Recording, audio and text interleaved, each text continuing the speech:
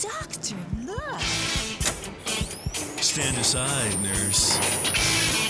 I'm Dr. Homebrew.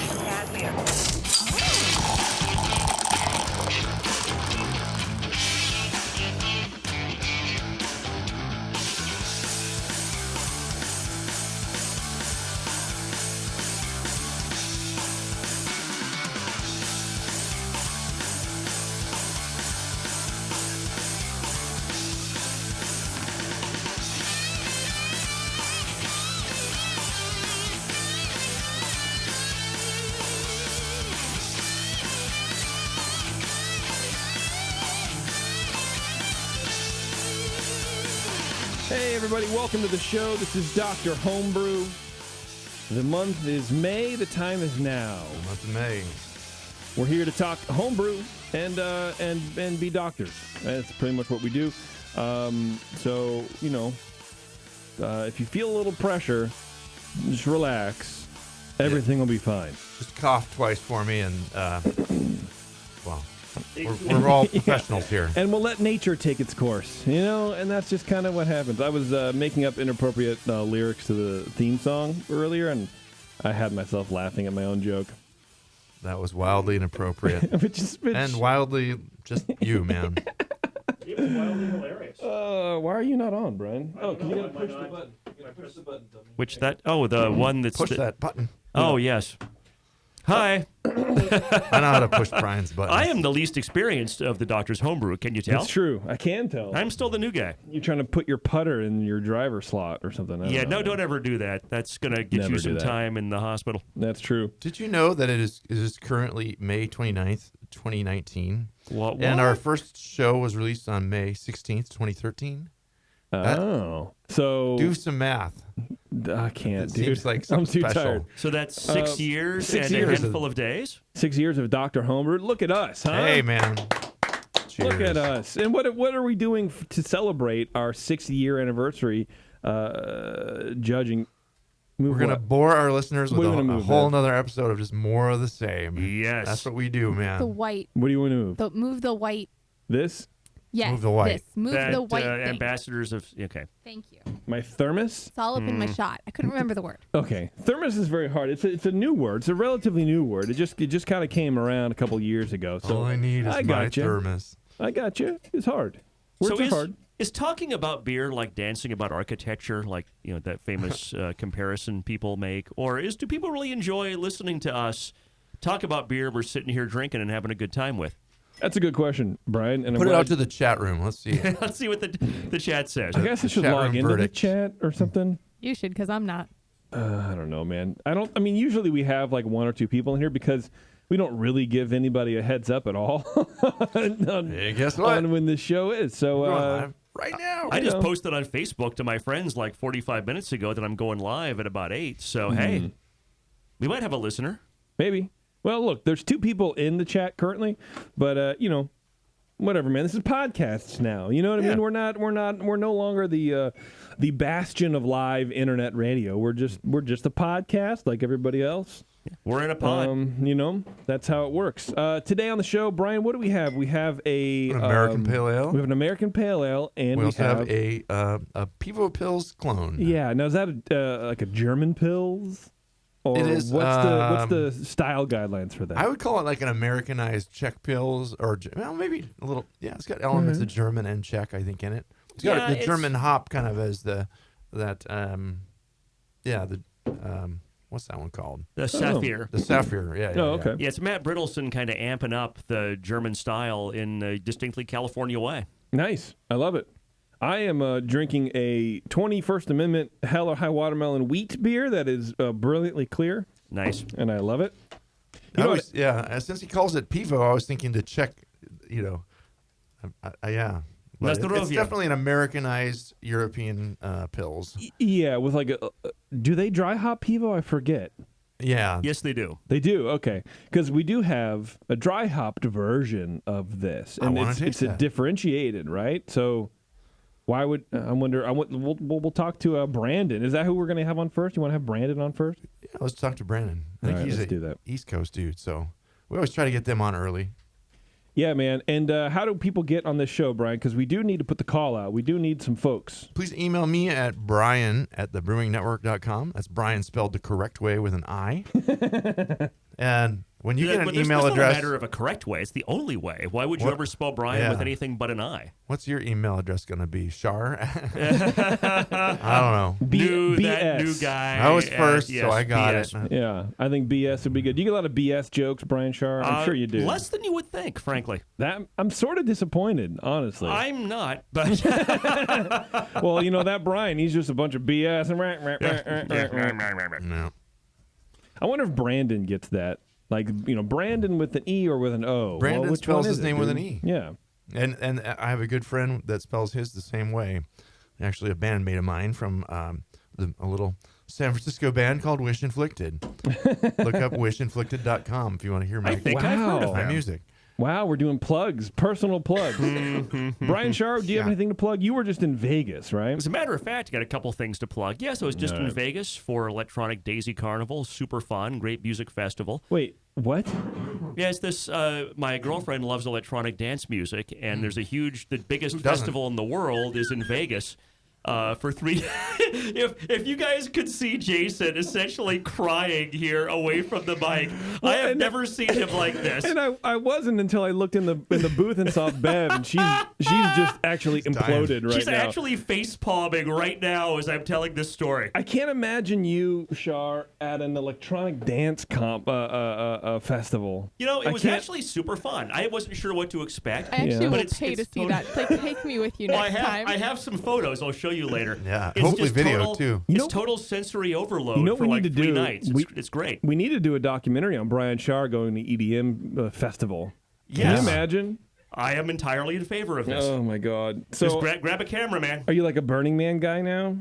It's like a different thing, but I would go. I'm kind of curious. Yeah. I've always been curious Pretty about Burning interesting. Man. Did you Things do? about it. Did you do like the delicately put like The full experience? the music enhancing substances at the thing, or were you? There were many people that were engaging in such activities, Right. and you could tell because they were the ones that were sitting down at about 4 o'clock in the morning and like, "Are you okay?"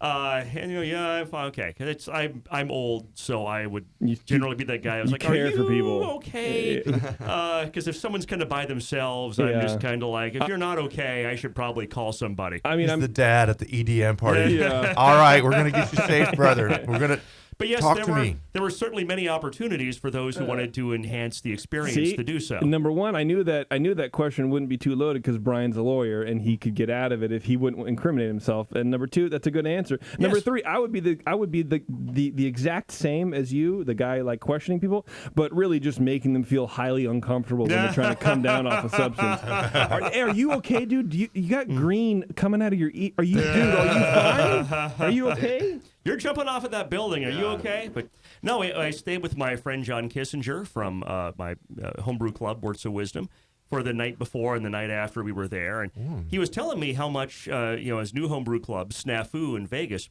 are big fans of Dr. Homebrew. And just wanted to give him and Snafu a shout out. So thanks for listening and thanks for being fans. Really appreciate that. Awesome. Hey, and if, Snafu, if you want to fly us out to Vegas and we'll do a live Brewing Network Dr. Homebrew show from your club meeting. Yeah. We will do that, but it's not in the Anytime. summer. Bev's shaking her head. You don't want a free trip to Vegas, Bev? I hate Las Vegas. So do I, but they have like machine gun shooting ranges, and I'm kind of curious about that. Way to crap all over my shout out there. I'm sorry. I actually, as I was saying that, I was like, this is the wrong thing to say, because I am not a fan of Las Well, Vegas. you can Not hate, everyone has to like everything. you can hate Vegas, but you can like the people in Vegas. Totally. Yeah. It was not my bag, baby. Baby.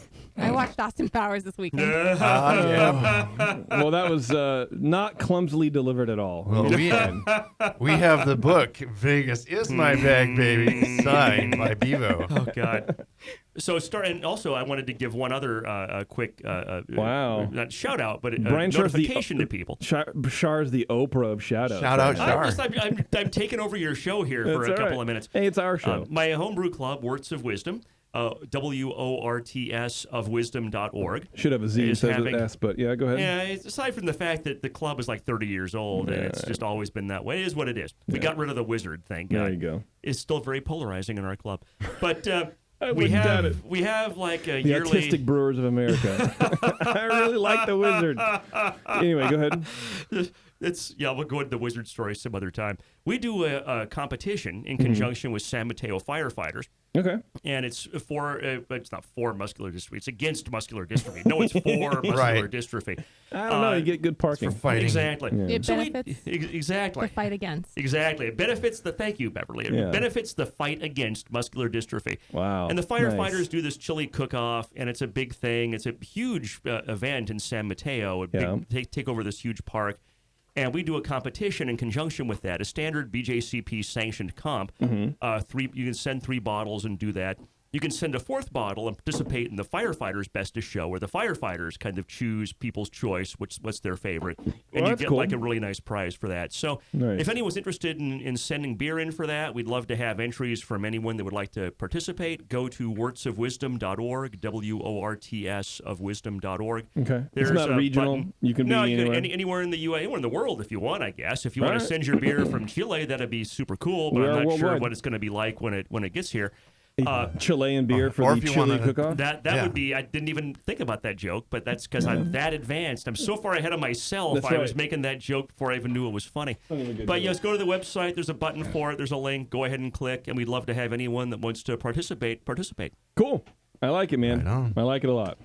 The Horts have done some good stuff over the years. You guys did a Dickens Fair thing for a long while. Are they still doing that? You know, I wish we did. Long story short, it's one of those things that just kind of, it was fun for a while, and then just kind of fizzled out. But Dickens Fair was really a fun comp.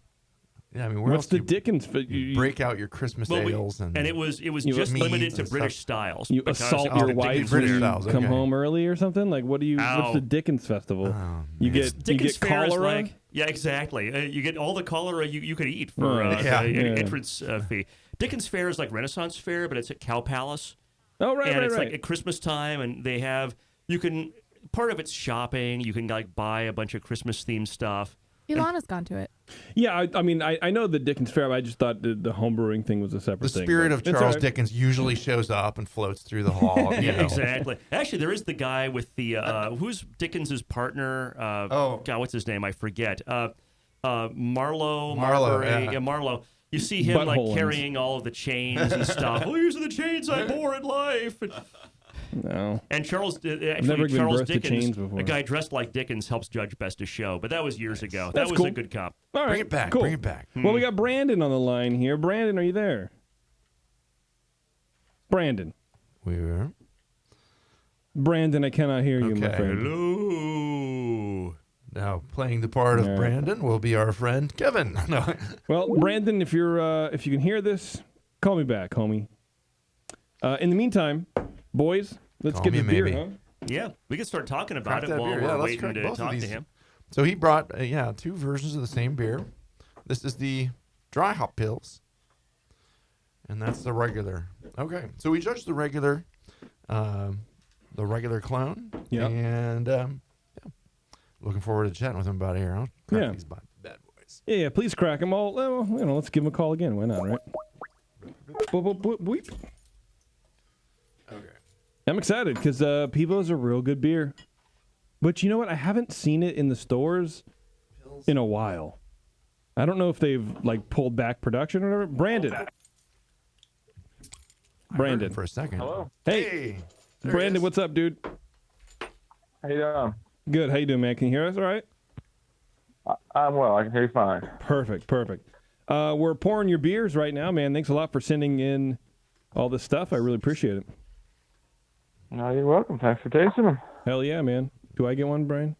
No. Motherfuckers are going to leave me high and dry up in this house? It's been my own show. Can you believe this, Brandon? They're leaving me dry on my own show. Well, Justin made us spread out so far. He put Brian way the hell over there. Appreciate it. Across the room. And I moved over here last show because I like this mic better. He likes that mic, yeah.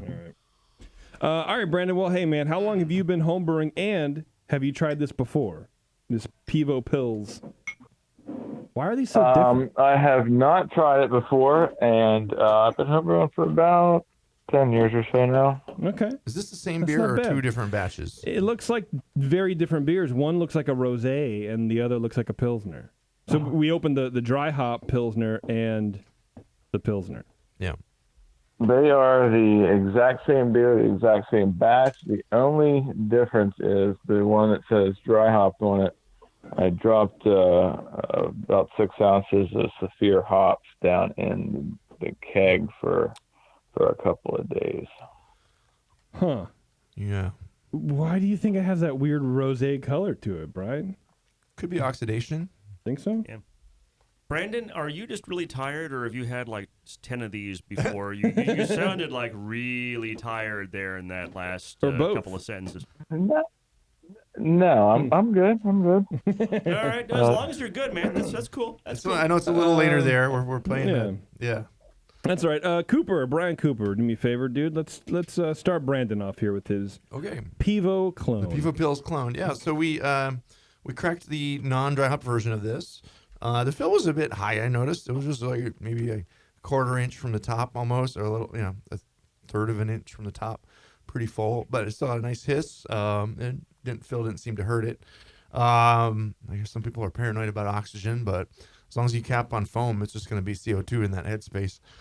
Aroma-wise, it got a lightly spicy hop in there with a little bit of herbal. Clean, lightly toasty and bready and kind of cracker-like malt. There's a lot of malt here. No obvious esters, cleanly lagered, it seemed like. There was a light sulfury note behind the hops there, but I didn't get any diacetyl or acetaldehyde in it. Color-wise, rosé beer is an interesting way to put it. It's this deep, kind of orangey pink gold color. Yeah, slightly like a really deep brownish deep rust, gold, though, not amber in any sense, but yeah, just reddish orange and kind of pink looking. Brilliantly clear. It was nice and clear. You can see right through it. A low white head dissipated fairly quickly after pouring. It just dropped to a little collar there. Mostly fine bubbles though. Head didn't really form very well, but so I dropped a point for that. But flavor-wise, I'm getting a nice, a fairly crisp tasting beer. The malt comes in with a toasty edge to it, which is a little odd in a Pils to me, but medium-low, spicy floral hop. Again, very crisp with a fairly dry finish, and there's a little hint of sweetness in the background. It's not completely bone dry. Definitely balanced slightly to the hop, but there's a firm malt behind that, pushing it up. Clean lager ferment profile. It seems like, there's no big esters poking out here, nothing really weird. It seems like you did a decent job with the lagering. The hops are lingering.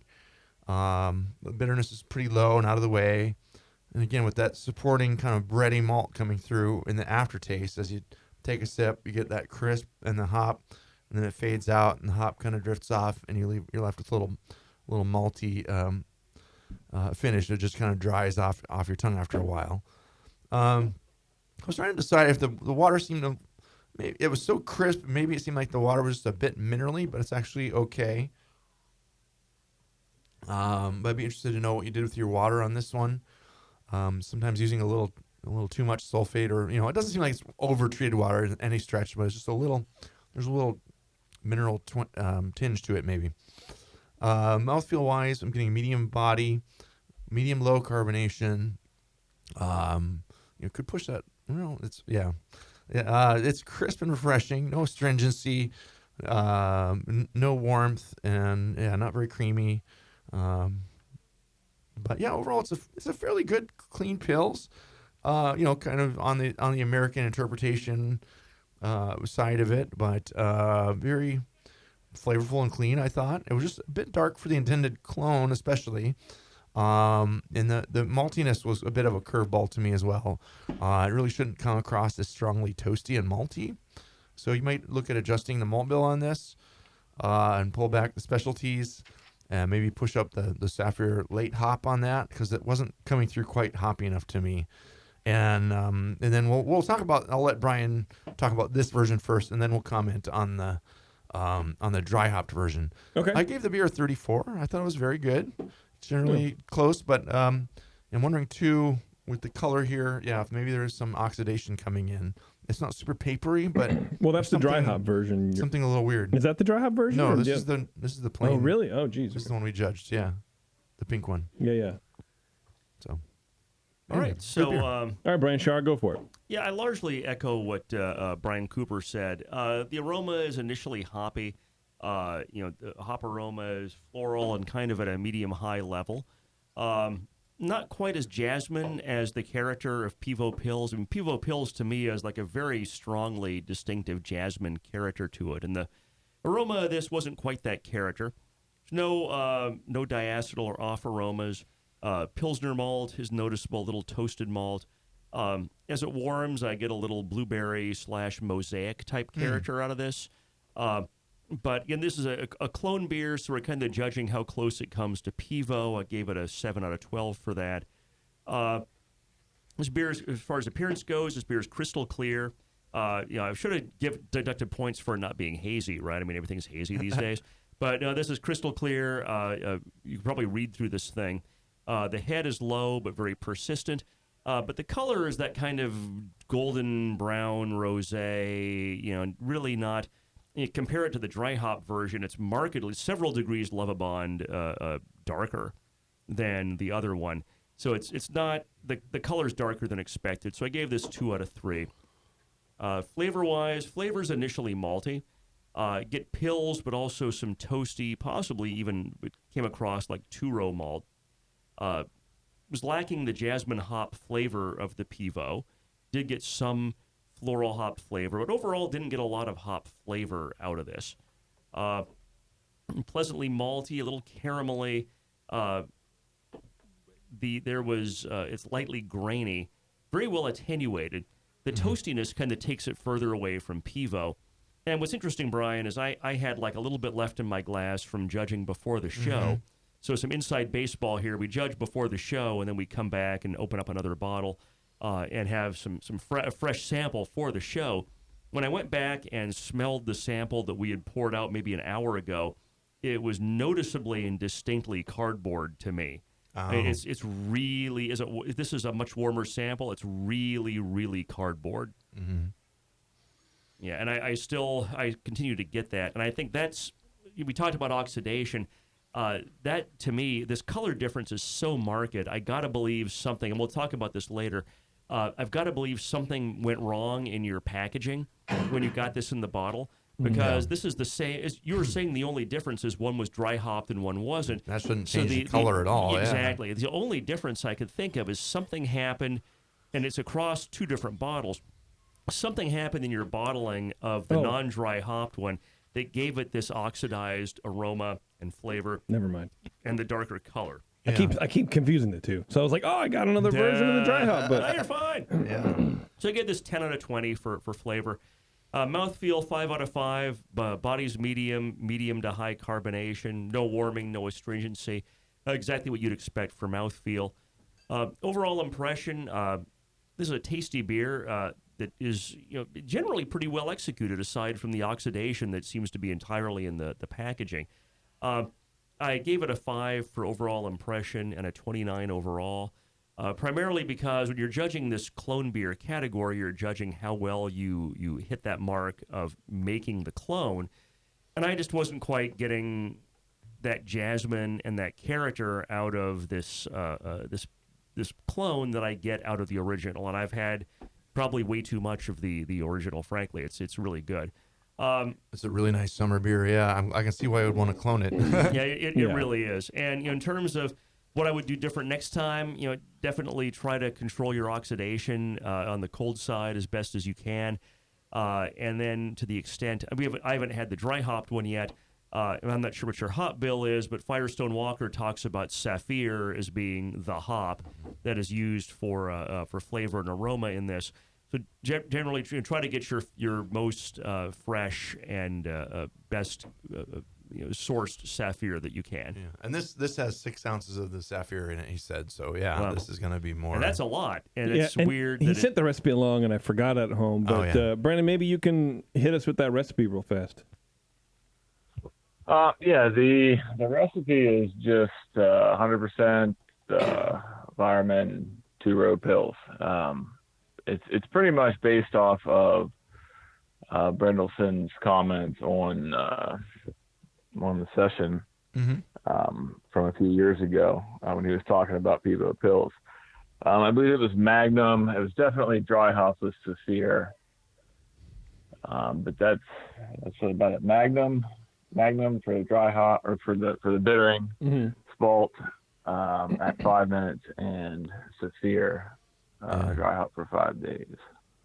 So you're out in Pennsylvania. Do you get Pivo Pils out there?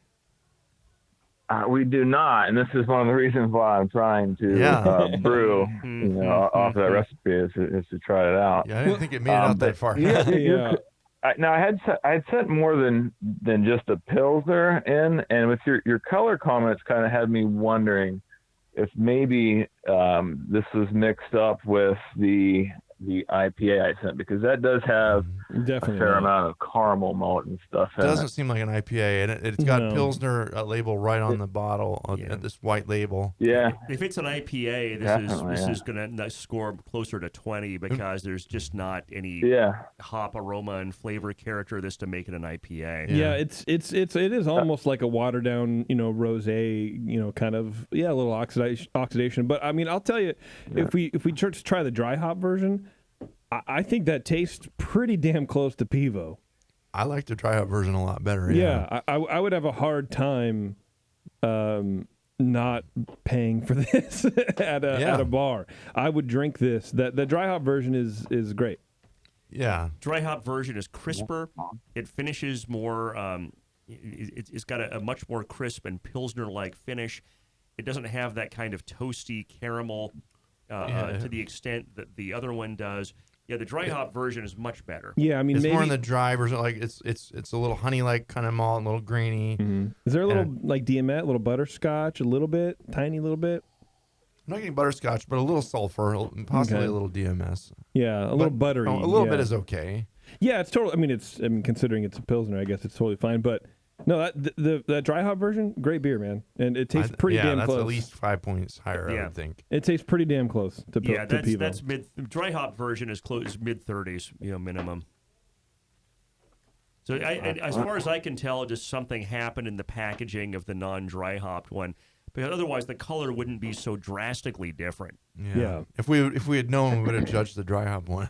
Yeah. But we wanted to taste that as an aside. The comments on the color is what really made me think that maybe they're mixed up. But if you have the bottles there with the labels on them, I mean, I believe you that you've got the same. For me, holding them up, the only difference is just a slight haze in the dry hop version, and not like a yeast haze or anything like that. Just how you get from an IPAs a lot of times when you dry hop and they just get kind of that haze. Yeah, we've done 2 different bottles and both of them said Pilsner and they both looked about the same. It's just odd. Yeah, I'm going to do the third bottle just because. Maybe something did happen in the packaging. Yeah, let's see that. Is this the third bottle of the regular Pils? Yeah, that's all I can imagine is something happened in your process where the. Oh, this one looks good. Wow. This one looks good. Okay. And that's the not dry hopped one, Jason. Correct. Okay, so we have. No. It just it looks different in my glass, right? Yeah. It's a little darker than the dry hop version, but it's a little lighter than the other 2 bottles. Where I think we're just seeing bottle variation here and possibly some oxidation in the bottling process. And it looks more concentrated in the small little 4-ounce tulip glasses. Yeah, these. Like I poured it in a pint glass, and it's a lot lighter. Yeah, so it looks more normal. If you're gonna do it at home, Brandon, might as well just put it in like a little smaller glass, concentrate a little bit more. But I don't know, man. Do you have any questions in the comments, or some process questions, or anything for the guys? No, I think you guys pretty much hit it. My real concern was just getting independent feedback. For as much hops as I put in the beer, I just feel like I don't feel like there's as much dry hop there as should be with that many hops.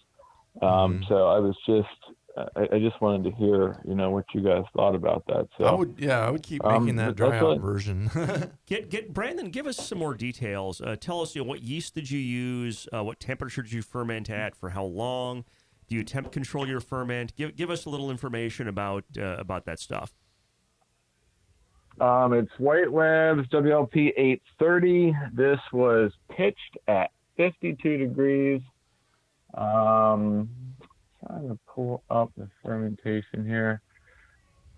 It was held at 52 for, I don't know, it looks like roughly 5 or 6 days, raised up to 58 for a diacetyl rest and held there for about a week, and then dropped down to right about 32 or so, and conditioned there. Should it be warmer for a diacetyl rest? You can get away with 58. For that long, it's probably going to be fine, yeah. I guguess I will pick nits and say for a lager ferment, you want to go more than 5 days at 52. You want to go for more like a couple of weeks. Yeah. And then because you most of your fermentation, I'm going to guess, took place at 58, which is still fine. I didn't get a lot of esters or anything out of this beer, but for a lager ferment, you're going to want to ferment in low 50s for a couple of weeks. Well, did you check gravity? You'll jack it up slowly to diacetyl rest for a day or so, and a lot of your diacetyl you'll burn through on the way to the rest. Yeah. Did you check gravity when you started raising the temperature? Yeah, I was actually using one of these new hydrometers that go in the ferment. It's called the Tilt. It's one of these wireless deals. So I raised the temperature whenever it got, I think, like to 1020 or 1018, something around there. Yeah, is when I put it up to most of the way the 58. Okay. And then just I left it go for a couple of days after after the gravity stopped dropping. Before I took it down to the 32.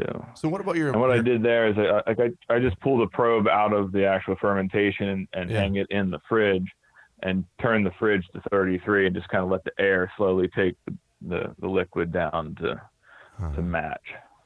What about your bottling technique? What are you using for bottling? A counter pressure bottle filler out of a keg. Okay. So that has probably been in the keg for a few weeks before putting it in the bottle. Yeah. So the bottles are purged well, counter pressure filled, and capped immediately on foam. Man, it sounds like you're doing that's right. Yeah, and I feel that's what really just kind of strikes me as odd, that there's such a color difference. These are only in shipping for 3 or 4 days. I can't imagine that they would change color that quickly.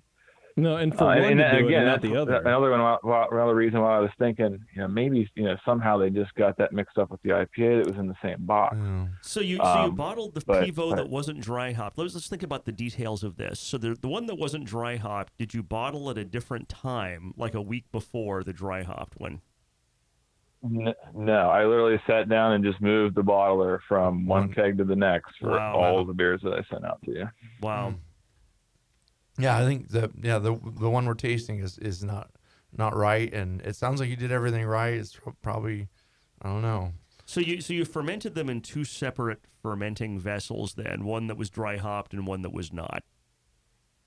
Absolutely not. No, they were exactly the same beer. They were kegged out of the same batch, a 10-gallon batch and two sixtels. And then the only thing different about the beers is I took one of the it's a stainless steel mesh canister. Mm-hmm. I put 6 ounces of dry hops in it, dropped it down in the keg. This is after the keg's already carbonated and everything. I just opened it up, dropped it in there. Mm-hmm. Sealed it back up, and put it back under pressure and let it set for 5 days. Well, I guess what I'm trying to understand, that I'm not sure I quite, it's probably my own fault here, I'm not understanding is, so you sent us one that was dry hopped and one that wasn't. So what was the difference in timing between when you bottled the one and not the others? You took it off the same keg before you dropped that 6 ounces in?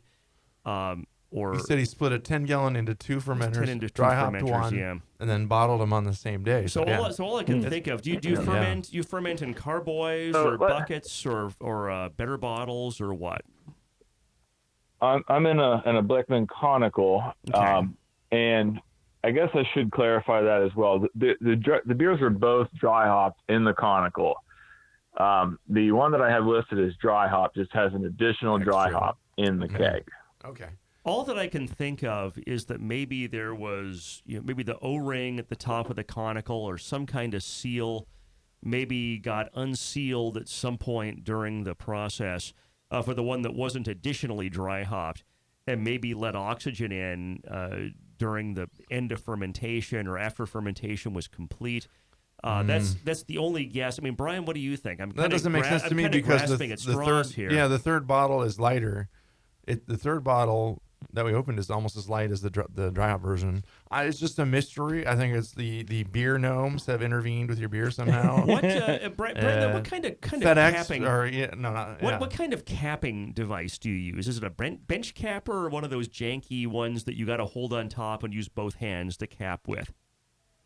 It's a bench capper, I guess you'd call it. Yeah, I mean it's kind of a mixture of plastic and steel. It's nothing great. I don't do much bottling. And the bottles were clean. Everything. It seems to work well and fill up. I've never noticed any leaking bottles or anything flat. That I've opened up. It's that's been bottled for any extended period of time. I mean, we're kind of trying to troubleshoot remotely here through a lot of different little weird stuff. Yeah, that's all I can think of is, it's probably not in the fermenter. Probably something has gone wrong. And these were new bottles you bottled into? No, they were reused. I think well cleaned though. PBW. Hopefully you didn't see any. Yeah, exactly. Yeah, that's what you do. Well, sounds like you're doing everything right, man. Yeah, I mean, these are. Yeah, they're bottles. I mean that I would drink and immediately rinse out and then soak in PBW to get the labels off and whatnot, and then they were stored upside down. Take a good look at them, because when I did that back in the day, no matter how clean I thought they were, I remember one day pulling them out of the box, and it was like yeast bits on the inside still. Maybe it's just me being slovenly. Probably the case, but. You be super careful when you do that. It sounds like your process is right, and maybe the one thing you have to do is always dry hop extra. That's the one that we really like. So dry hop all the time, man. I did bottle a couple of extras at the same time I did the ones that I sent to you. So I'm gonna take your comments and go back to those bottles and drink from the bottles to see if I can kind of recreate any of this, because I've only drank it out of the keg up until this point. Those didn't get shipped, but yeah, check it out. Who knows? Yeah. All right, Brandon, thanks, man. I apprate it, dude. Good beer though, especially that dry hop. Yeah, thank you so much. Yep. Thank you. All right, take it easy, man. Thanks, man. Bye. Bye-bye.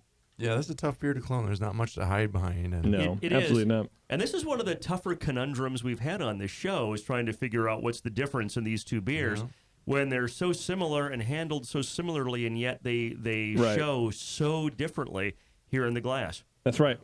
All right, everybody, we're going to take a quick break real fast here on Dr. Homebrew, and we're going to come right back, and we're going to talk to, I believe, Will with American Pale Ale, right, Brandon? Yeah. Okay.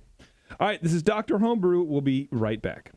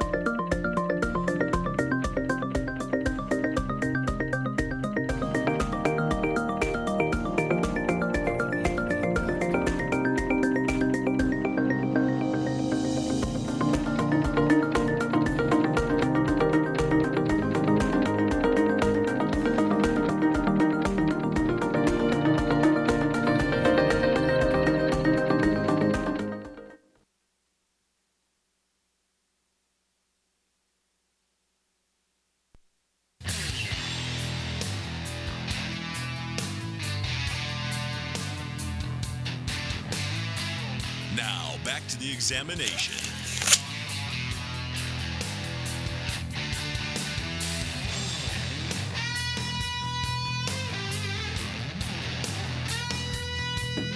Hey, everybody. Thanks for sticking around here. It's Dr. Homebrew. You know the dude. Trying to get an alter ego show called Dr. Commercial Brew. That would be kind of fun. Oh, that'd be great. I would love that. I would love that very much, as a matter of fact. Let's get Will on the line here. We're going to talk about his pale ale. And Probably make more I'm excited money about it. with commercial brew, like telling commercial brewers how to make their beer better. Now, that'd be a pretty good show. We need to pitch that to Justin at some point, Why right? is Will not online? Will, what's going on, dude? Brian and I will speak among ourselves while we're getting Will online. We were just emailing with him a second ago. I think he's there. He'll come through. Maybe he's like that Will from Stranger Things that got sucked into that alternate dimension with man. that Demigorgon. I wonder how much you had to pay that Demigorgon to get sucked that hard into. Oh man, the I'm excited dimension. because we're like a month or two away from season 3 of Stranger Things, and I don't know about you guys. I'm really excited. That's going to be really cool. Yeah, Stranger Things 3 when boners hit in science class. They are going to be about that age, aren't they? That's Oh man. let me tell you, that's a strange Oh my thing. God, what's happening to me right now? We're going in the upside down right now. I'll have to What is this thing? Oh my God! pee in my face. 'Cause I'll be upside down. Will, are you there? Hey, what's going on? Hey, man? how's it going? Good. How you doing? Oh, not too bad. Not too bad. I'm not sure what's going on with Skype. That's all right. Don't worry about it. Happens all the time, man. So You didn't pay your Skype bill this month. that's right. That's right. So we have a pale ale here to go over with you, right? An American Yep. Pale Ale. American man. Pale Ale. Have you? Brewed, I'm assuming you've brewed a pale ale before, right? Yeah, I think so. Probably. Okay. All right. Do we have any glasses for this beer, fellas, do. or are we glassless? There's glasses over. Couple right here, right? All right, but we have 2 glasses and we have 4 people in the room. I'll So move it how more. can we I can fix rinse the this glass. problem? If only we had producers on the show, Will. I apologize that we're wasting your time because we're not ready and prepared. Oh man, I'm just gonna rinse the glass. I apologize Will, about where are you that. calling in from? Central Illinois. Nice. Do you belong to a homebrew club? Yeah, the Homebrewers of Peoria. Nice. So, Hop, H-O-P. Yep. Yep, every homebrew club is a pun, and I know that drives Jason crazy, but I kind of like that. Yeah, puns are cool, dude. And I'm old and I'm a dad, so I like this whole. I like the dad puns. What can I say? Excuse me. Now, Brian is allergic to not having glasses in the studio. I'll tell you that right now. I'm allergic to hops. All right, Brian Shar, since we've already judged this, you want to go for it? Yes, I would love to. Yeah. So, let's see, for the aroma, my initial impression is sort of medium hop aroma. It's definitely fruity, not quite citrus. I get more like a little more estery type, maybe more like a blueberry, not quite mosaic blueberry, but not super citrus. There's a low malt. Identify maybe like a 2-row, no diacetyl. The fruit. What's interesting about the hops, the aroma of this beer is that the hop aroma, it gets awfully close to what would be a traditional kind of ester profile that I think of as fruit salad, but it's not. To me, it's not an ester; it's the hop character. So I definitely liked that. But still, the hop aroma is at a low level, definitely a little lower than I would expect for an American Pale Ale. And maybe it's because it's 2019 and everything in an American Pale Ale just keeps getting bigger aside from perhaps the alcohol and the bitterness.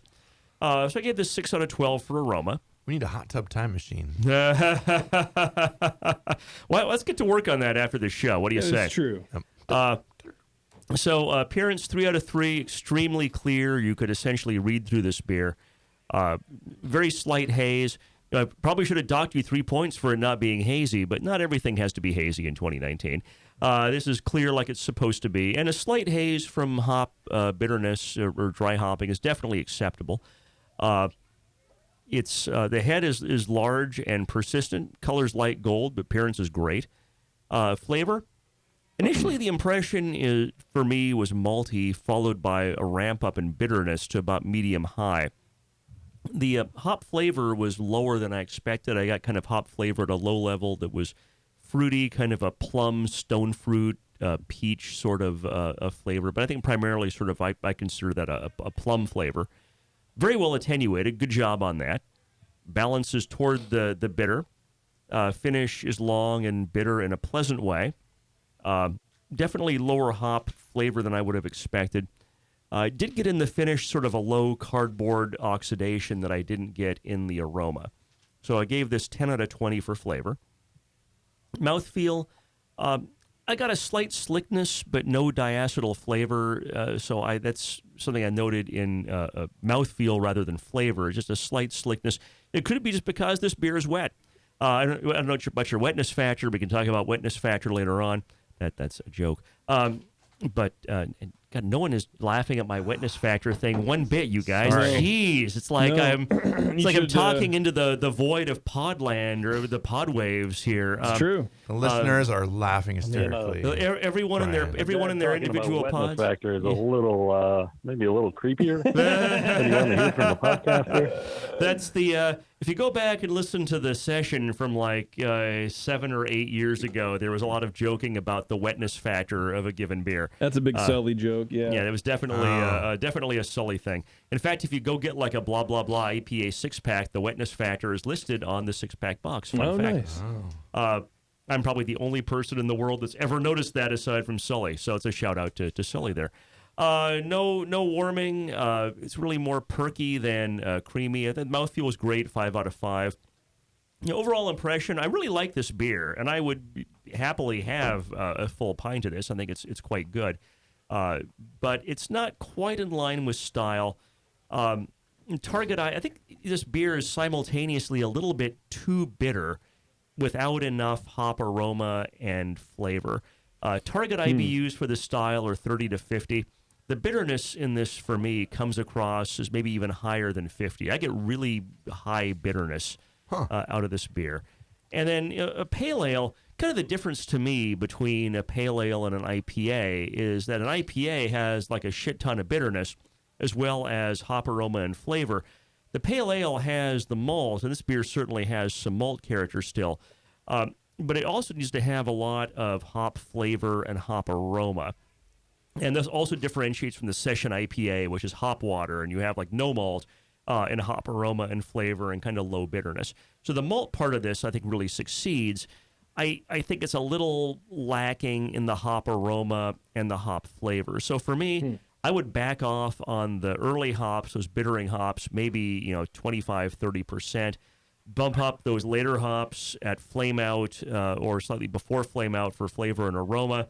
Bump those up, 30, 40%. Just redistribute where your hops are, and I think this will end up being a really good beer. I mean, the fact that it's so well attenuated tells me your fermentation, there's no fermentation flaws in this that I'm getting. Right. So your fermentation basics are really good. All you've really got here, to me, is kind of a recipe issue of shifting your hops around, and this is going to be a really spectacular APA. So overall, I gave this 29 out of 50. I think it was good, and I'm going to continue to drink the rest of my sample while Brian gives you his opinion from the Cooper side. Awesome. All right, yeah. Hanging with Mr. Cooper. Yeah, so good hiss upon opening it, and the fill seemed okay on the bottle. Aroma-wise, had a pleasant kind of medium light citrusy and a faint kind of resiny hop note in there. There's some low bready kind of, not really toasty, but like a little more than bready, just crackery and maybe a faint hint of some bread crust in there or something that keeps the malt, up there and a little more interesting. But it's maybe poking through a little more than I'd want. And the hops are definitely, I agree, a little bit light in the nose. Medium fruity esters, just kind of general, fruity esters. Some of that also, like you said, coming from the hops probably. Again, clean, no DMS or diacetyl, not getting obvious alcohol here, as it shouldn't really have anything crazy poking through there. Seems cleanly fermented, but just kind of low overall to me. Like it's there, it's a beer, and it's malty and a little hoppy, and it smells more like the classic APA. So, yes, we are going to travel back. Once we get that hot tub time machine, we're going to travel back 20 That's years right. to the 1990s and taste it next to some real classic stuff. That's Hell what yeah. a time machine sounds like. That Yeah. whole It's the thing. like Yes. the Wayne's World sound. Exactly. Yeah. Appearance-wise, the pale golden colored beer had a long lasting low white head, very fine bubbles, and great clarity. So pretty nice looking beer. Flavor-wise, I'd say pleasantly kind of lightly caramelly and grainy toasty malt in there. To me, the bitterness was not super high. I would say medium low bitterness myself. Pretty much out of the way, just kind of supporting the hop flavor, not really poking out too harshly. The hop flavor is citrusy and a little grapefruity, a little lime, a little, along the lines of the classic thing, citrus and a light resin. Ale ferment seems pretty clean. Again, the hops are kind of generally low, but no alcohol was noted. The balance is just slightly towards the hops, but again, there's a fair amount of malt there supporting that.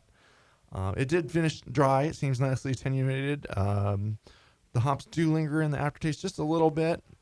It's not a malt bomb by any stretch of the imagination. So mouthfeel wise, it's medium light body, medium carbonation. Didn't get any alcohol warmth. Not very creamy, but also no obvious astringency. Still all the same. It's a fairly smooth beer and refreshing. It's nice. It's easy to drink. Nothing too sharp or offensive here. It's just kind of, a little, maybe not biting or in your face or sharp or super hoppy, but it refreshes and it makes you want another sip. Very pleasant American pale ale, I would say. It is a little more along the lines of a classic. I would, especially for modern tastes, really like a little more hop in that finish. And right now it's just almost even with the maltiness, which is pleasant and inviting, but it's not quite to style. And it could be maybe it's a slightly aged version that was really good 4 months ago, and now it's past its prime a little bit. I'm suspecting that might be the case, but your water treatment seems good. Your ale fermentation is cleanly made. Nice job overall. So I gave it a 33. I thought it was a very good beer and generally within the style parameters, just a little light. So, but thanks for sharing it. Very good and not bad. Yeah, we've spoken with you before. You were the ginger hibiscus blonde guy. We had some fun with that one. I remember. Oh, he was the ginger hibiscus guy. Remember? Oh, yes, I remember. How could you forget that one? Pretty good. Hey, Will, do me a favor, man. Let's run through your recipe for this pale ale, would you? Yeah. So in terms of malt, 11 pounds of pale ale, 2 pounds of wheat, a pound of Munich 10, half an ounce of Apollo at 60, an ounce of Centennial, and an ounce of Idaho Gem at 15, ounce and a half of Centennial, and an ounce of Idaho Gem at 5, 2 ounces of Centennial for the dry hop, and half an ounce of Idaho Gem, and pitched the Voss Quebec yeast and fermented at 96 degrees. Quebec yeast. Okay. Okay. That's the twist. There's a little twist. When did you brew this? So I brewed it February 1st, and then I bottled at the end of February. Okay. Yeah. I wonder, Brian, because my familiarity with the Quebec yeast is about 0. Because that's a lot of hops. I mean, you put a lot of hops in at the end, and my recommendation is put more hops in at the end. You put a lot of hops in at the Yeah, end. it sounds like. I wonder if the fermentation temperature drove off the aroma and flavor hop components, otherwise might stay in. Because that's 96. That's way up there. That's you can use the Quebec at that kind of temperature. Well, certainly, and it will attenuate. But what does that do to the hop character? I think it probably is pulling away from it and giving you a little more fruitiness in the mix there and kind of accenting the maltiness and pulling away from the hop. Maybe, like you say, just temperature wise, some of the more volatile aromatics are being driven off by that high ferment temp. Yeah, I got to believe the vigor of the ferment at that temperature and that temperature itself. Because you want the point of the dry hopping and the aroma hopping and the flavor hopping, you're putting it in the end so the boil, which is high temperature, doesn't drive those volatile compounds off. And you're getting up then to almost 100, which is getting to be almost half of your boil temperature. I can't believe that's not going to have an effect on the hop flavor and aroma, which is kind of, I think, what happened in this beer. Yeah, I mean, think about a Belgian-style IPA versus an American IPA. When you just use that Belgian yeast, same beer, same everything, the yeast takes over, and the yeast character starts to fight with the malt and the hops that are there and pull away from your perception of the hops that are there. And they're still there. It's not, I don't think the Belgian yeast is scrubbing it away unless you do something really crazy. But the yeast affects everything, man. It's crazy. Yeah, it's a really good point, Brian. And I think a lot of the Belgian IPAs, to me, didn't work when that was a thing. In part because the yeast flavor was competing with the hop flavor, but part of it was maybe the temperature. And I'm not getting the yeast flavor competing with the hop flavor here. What I'm kind of getting is less hop flavor and less hop aroma. Yeah, I would agree with that.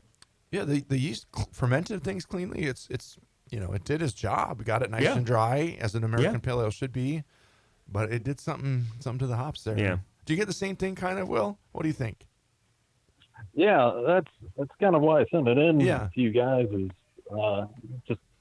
I think even 2 months ago or whatever, I just didn't quite have as much hop character as I was really hoping for or looking for. And you dry hopped it too? Did you try to bring it up even more? Well, yeah, you tasted it. I dry hopped it, but I usually do a dry hop at pitch to avoid adding oxygen. Yeah. But it sounds like maybe I need to switch to maybe a keg hop or you can something. go back and keg hop this. Sure, why not? Will, I haven't Everyone heard likes a of dry hop, dude. I haven't heard of Idaho Gem. I've heard of Idaho 7. Is Idaho Gem like a related hop from like Pacific Northwest or something? He owns the gas station at the far side of town. Idaho Gem, yeah. I'm not sure. It's I think it's a Yakima varietal that came out in the last few years. Okay, I'll look that up on Yakima, the website. It's supposed to be kind of like a tropical fruit, a little bit of citrus to it, that kind of thing. Interesting. Awesome. It was definitely fruit forward, I think. Oh, yeah, for sure. Hop It's character very was fruity. nice. Definitely comes through. And you like that Centennial? I like Centennial too. That's a good classic one. Absolutely. Will, do you have any questions for the guys? Otherwise, we'll let you go. No, thanks, man. Okay, cool. Thanks a lot, you, man. sir. Yeah, See you, man. Thanks for coming on again. Yeah. I was like the old repeat customers here on the clinic, I guess. We can call it the clinic. Sometimes a shot of beer penicillin takes care of the problem. Sometimes you got to come back. That's true. All right, everybody, we're going to take a real quick break. We're going to come back, and then we're going to leave again. So hold on. Don't go anywhere. You're not going to want to miss this. It's Dr. Homebrew.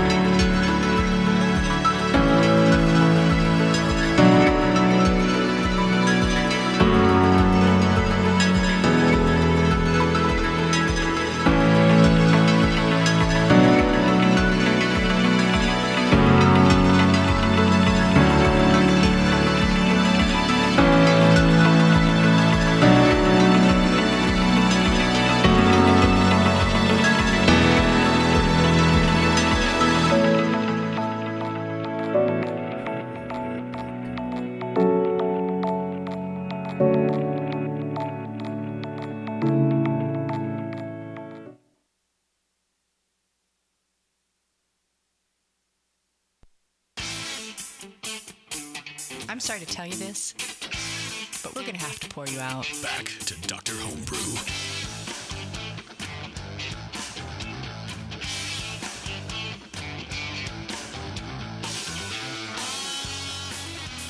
Hey, thanks for not leaving, everybody. This is the most important part of the show, where we end the show. It's my favorite part of the show. We wrap it up. We wrap it up, and I come alive once we're not doing the show, and then we do it again, and then I just. And we decide who gets an autographed picture of Brian and I. That's right? true. That's true.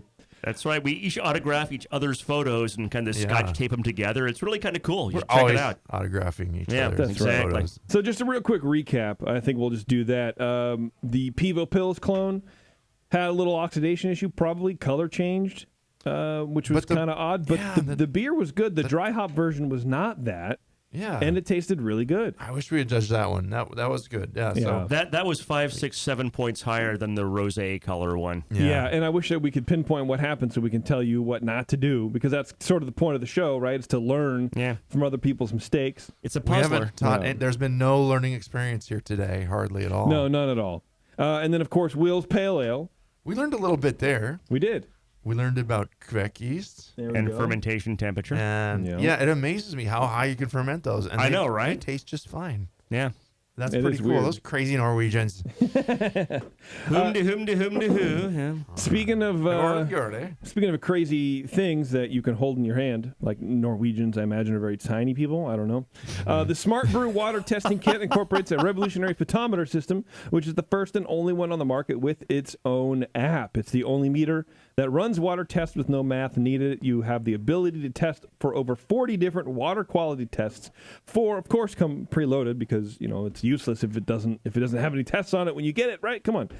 So you get 4 already, and you can buy more. You can test for stuff like total alkalinity, chloride, calcium hardness, pH, sulfate, and more, with only 4 mils of water needed for each test. Visit smartbrewkit.com. Enter code TBN10 at checkout, and you can save $10 on either the standard or advanced Smart Brew testing kit. Those kits are pretty cool. I really like them, man. For sure. I love that thing. I have that at home. It's great.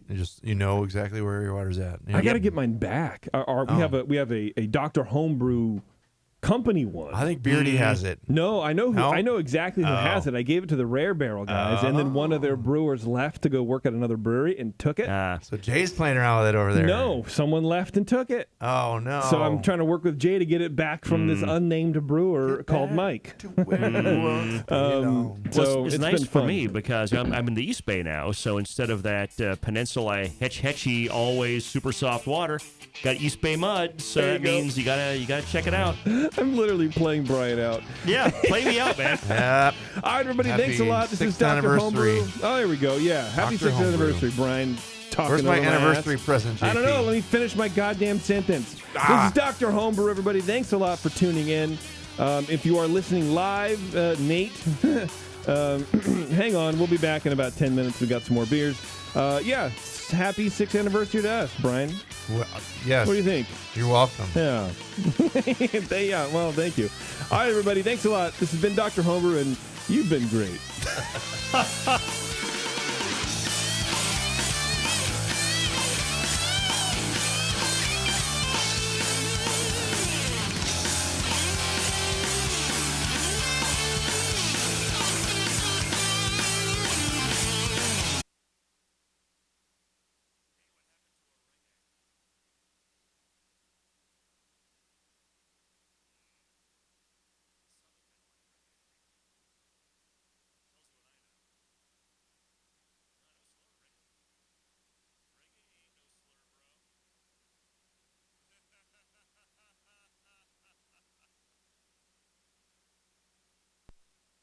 Doctor, look! Stand aside, nurse. I'm Dr. Homebrew.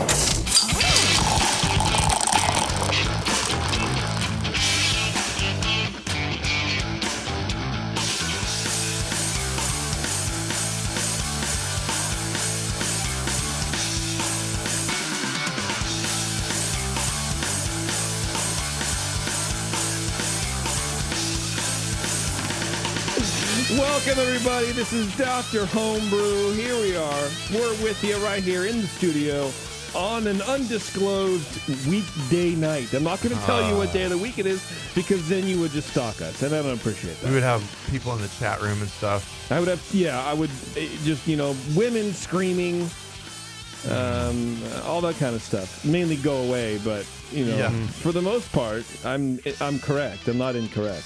Women scream for Dr. Homebrew all the time, right? Yeah, right.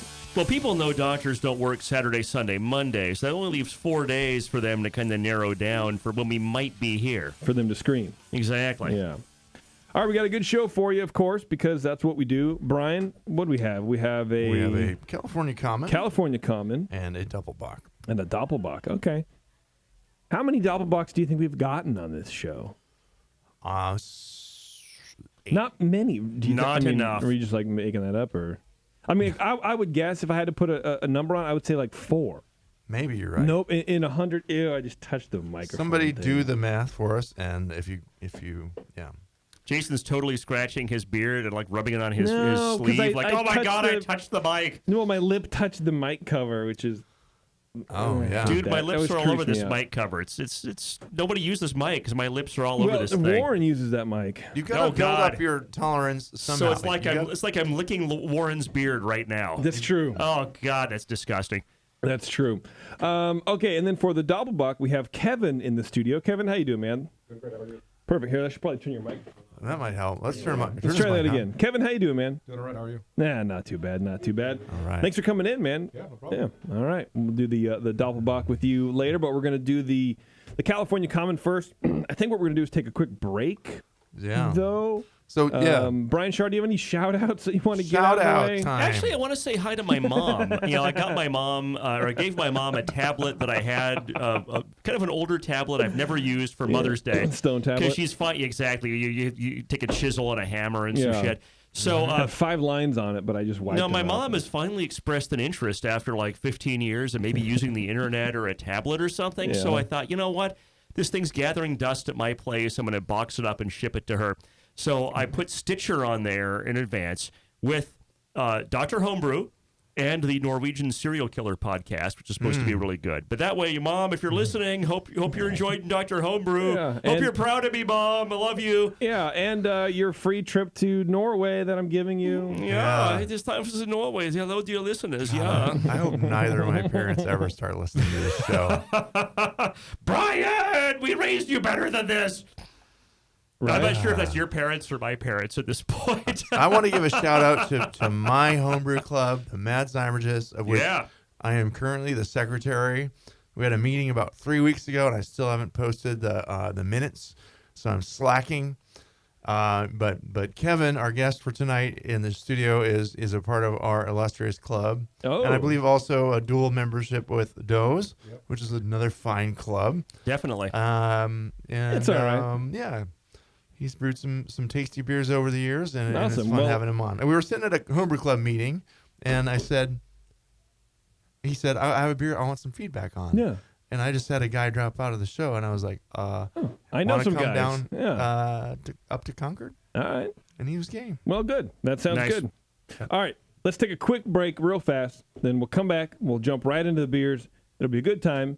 It'll also be Dr. Homebrew. So hang on. We'll be right back.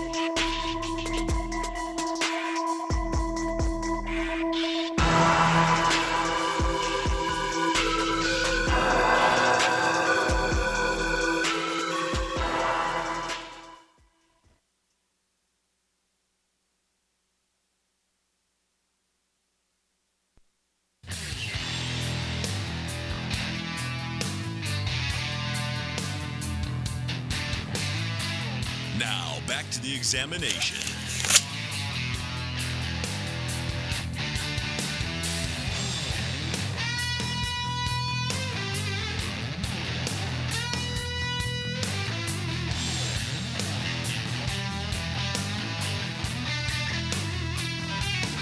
All right, everybody, thanks a lot for sticking with us. We're going to get Josh on the line here and talk some Cal Common, which is another good style. Yeah, we don't get that very often, and that's a No. kind of a California-specific style, and one of the few, that has our fine state's name in the title. It is a 19B in your 2015 BJCP guidelines. Yes, absolutely. It is known for its toasty and minty hop notes and woody from the northern style. Minty? Woody and minty and quote rustic. Shit! Hop aromas. I didn't know that. And I was talking with Brian earlier, trying to figure out what rustic smells like, and you told me to what?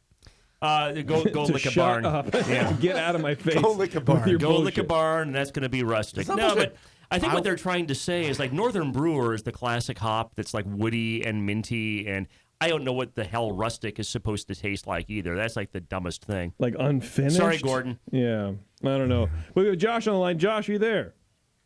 What's up, guys? Hey, how's it going, man? Oh, good, man. How about you guys? Nice, not too bad. Oh my God, I can see Josh on the screen right there. It's like he's videoing in. Oh my God.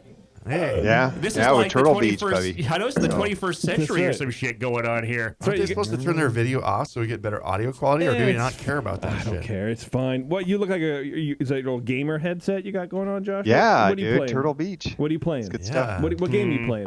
PS4. I play Division 2. Oh, okay. I haven't done Division 2 yet, but I'm a big Destiny 2 guy. Battlefront, basically all the 2 games, Yep. right?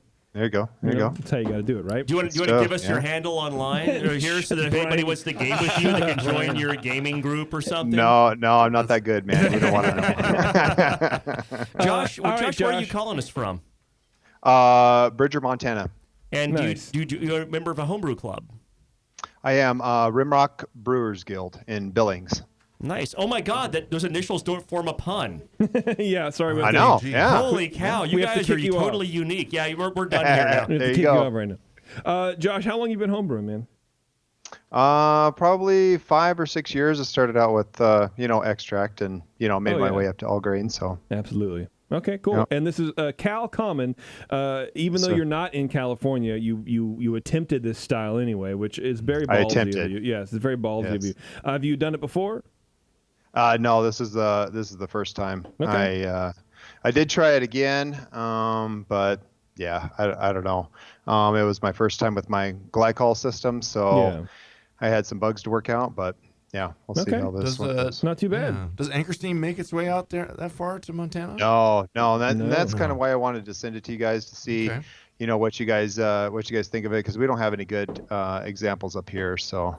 It's tricky, man. It's one of those styles that I find doesn't really travel well. Whenever I get an Anchor, even in California, in the Bay Area, I'll have Anchor Steam that's a month and a half old, and it just kind of tastes like harsh. Yeah, well, either way, bro, I'll give you our California take on this beer, man.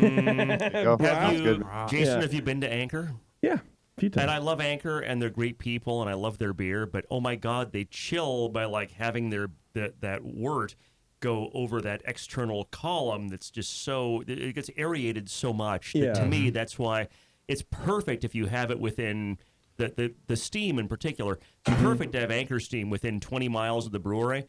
Once you get more than like 20 miles away, it gets to be kind of problematic with freshness, in my opinion. For sure. Well, even in bars in San Francisco, I'll have a bottle, and it's like you don't know. It's for me, it's one of those problematic beers because if it's not stored exactly properly, it can kind of get weird. And maybe I don't know how stylistically that is versus just how it's made or whatever. But Anchor Steam is great. The style is awesome when it's fresh. Yeah. Exactly. So let's drink some of this. It gets even more wood or mint. Mint. More mint.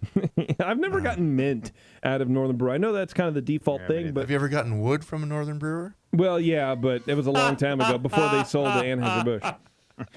Brian Shar. Yes. Why don't you start us off today? That is my name. Yes, I am happy to. So this is a tough beer to judge because we were just discussing, Anchor Steam is the classic style. So you don't want to judge this like it's a clone beer where it has to be a clone of Anchor Steam, right? This is a style. It's a range of beer. And things like you're in Montana, so you didn't have a chance to have, Faction Brewing here in Alameda makes something called Tasty Vapor. They brew with Mike McDole of the Brewing Network, with him or to his recipe. And it's a little hoppier, a little different. That's a different take on Cal Common, which is good for kind of opening your eyes. So we judge this, and we tried really hard to not judge it on the grounds of whether it's a clone of Anchor Steam or not, because that's not what the guidelines are. Aroma, I thought the aroma initially was, to me, I got like a Venice and port-like sort of impression. Low hop aroma, which is fine for the style.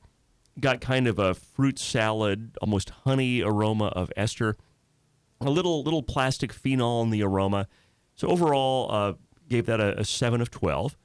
Appearance 3 of 3. Beer's crystal clear. Head's low but persistent. Color is golden brown, exactly like it ought to be, so that's perfect.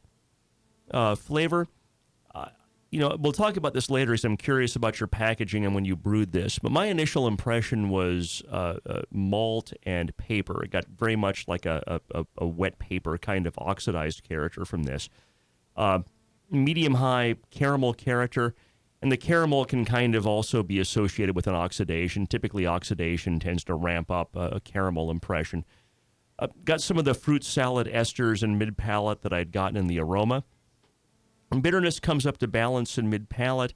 And it's slightly balanced toward the bitter, which is good, appropriate for the style. And through the finish, the bitterness kind of lingered. It's well attenuated. One thing I noticed, I didn't get a lot of hop flavor, and especially did not get that kind of woody, minty hop flavor that's kind of the signature of this style. It doesn't have to be that hop, but the hop flavor itself was kind of muted. Again, kind of consistent with maybe an older or perhaps oxidized example. So I gave this 9 out of 12 for flavor. Mouthfeel, 4 out of 5. Body's medium, carbonation low, no warming. It's not really creamy, but this is not a creamy style. That's all fine. I did get a light astringency in the finish, which is what caused me to knock a point off. I want to talk about your water treatment. I'm curious if that might have come from water treatment or from some other source. But that's 4 out of 5. Overall impression, 5 out of 10. I think this is a good beer with just a few issues. The primary one to me was the oxidation, and the sort of paper character tells me this beer might just be an older than optimal sample, and it may have been a lot better perhaps earlier. But we'll talk about that after Brian with these details about when it was brewed and when it was sent, and about your packaging. A little more estery than expected. This is a tricky yeast because this is kind of a hybrid style, right? I mean, you're taking a lager yeast and you're fermenting it higher than expected temperature.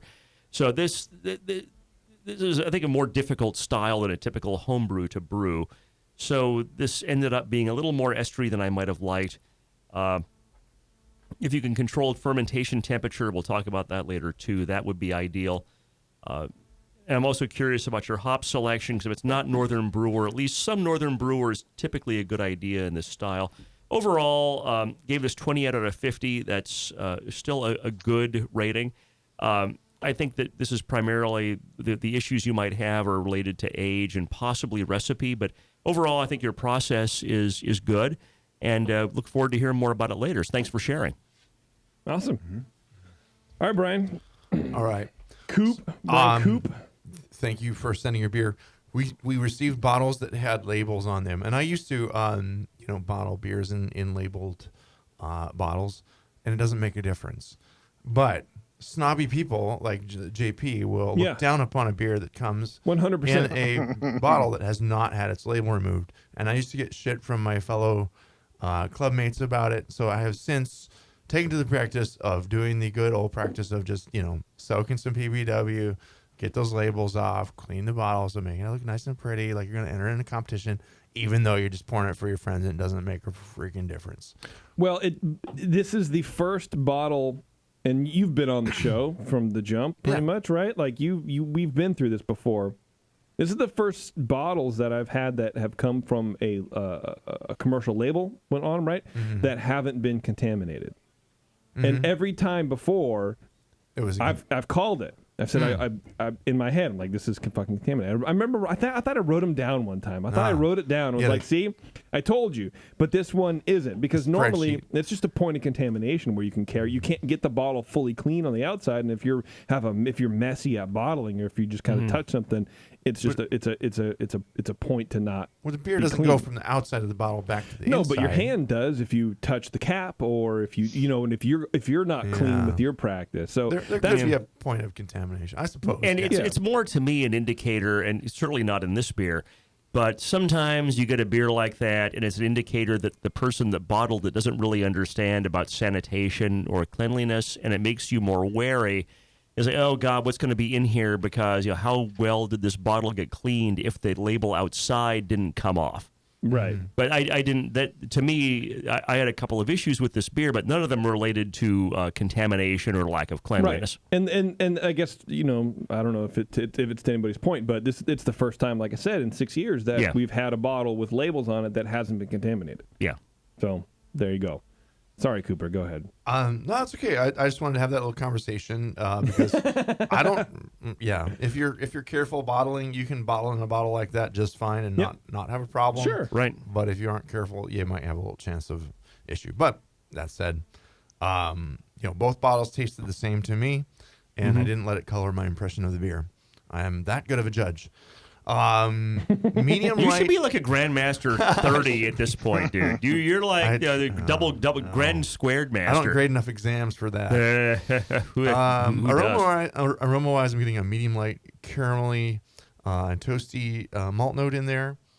It's pretty richly malty in there. Slightly coarse, kind of unrefined classic style hops, I guess you could say. I want to imagine some wood and mint in there and rusticness. It's a little woody, I would say. Lightly fruity with kind of a stone fruit-like note. Yeah, it does smell a little bit like a barn. Yeah, Brian licked a barn just a second ago. Exactly. Yeah, that's where I was the last 20 minutes. What was his name? Finding the nearest barn. Finding the nearest bar and licking it. That's not Brian, right? Yeah, barn. Yeah. Okay. I hate anyway. No DMS or diacetyl in there. Yep. It's kind of a low temp ale ferment. I didn't get any big fruitiness off of it. Big fruity. Like it wasn't super estery. No. Appearance wise, it's an amber colored beer with a light tan head. Faded fairly soon after pouring in this glass. Pretty creamy texture to the head though that was there, and some very fine bubbles. Seems like it would be a finely formed head normally, but it's kind of falling flat a little bit. Flavor wise, low caramel and toasty malt, medium low bitterness. I get a little bit of the woody, a little hint of some kind of mint or spice in there, kind of the classic American hop note. It's not a citrusy hop. It's not a super herbal or floral hop. So it's in the neighborhood for me, honestly. I'm guessing there probably is some Northern Brewer in there, because if you clone brew a steam beer or a Cal Common, you're gonna put some Northern Brewer in there. Usually, you might blend it with something else and have some fun, but hopefully it's there. We'll find out. I did get a light phenolic in this beer. It's expressing itself to me as kind of a light, plasticky and spicy and slightly medicinal kind of quality. And I get it. As I aspirate the beer, like you put a little beer in your mouth, kind of keep it in the front of your mouth, and then breathe in through that beer. So it kind of, you aspirate the beer, and it pops out a little more when I do that. It's low. It's not really high, but there's something funky in there. And I admit I'm sensitive to phenolics, but it really there's a little edge to there that is that kind of medicinal kind of flavor. And that could come from wild yeast or anything else. We'll talk about that a little more in a bit here.